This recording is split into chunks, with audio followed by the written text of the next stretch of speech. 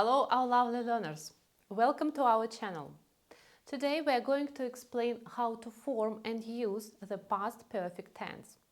Stay with me up to the end of this video, and after watching it, to boost your grammar skills, do the free grammar quiz to check if you understand the rules correctly.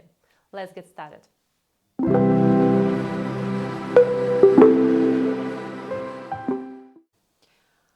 We start today with an example. I decided to go to the cinema last week, but I was late and didn't see the beginning of the film.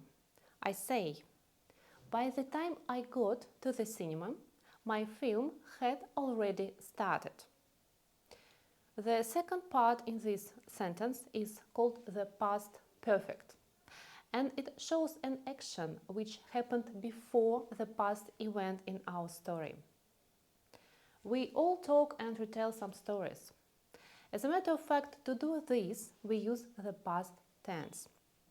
The past perfect tense is used to show an action which happened before another previous action. It is formed using had and the past participle. Here is another example.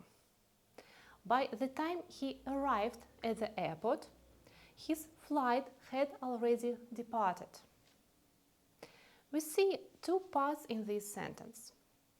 One part happened first and another part happened afterwards.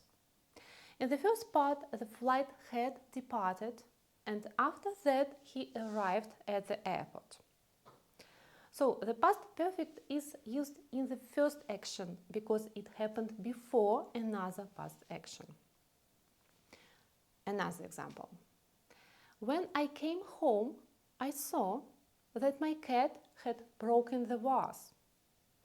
In this example, at first my cat broke the vase, and after that I came home. So the past perfect is used in the first action because it happened before I came home. As you can see from these examples, the past perfect tense exists when we want to show some events or actions which happened with a connection with other past tenses.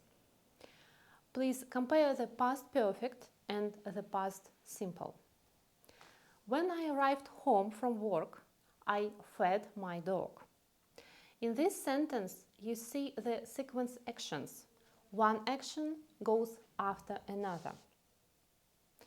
When I arrived home from work, my mother had already fed the dog. In this sentence, one action happened before another action. And now it is a quiz time. Please follow the link in the video description to do the quiz and check your understanding of this grammar.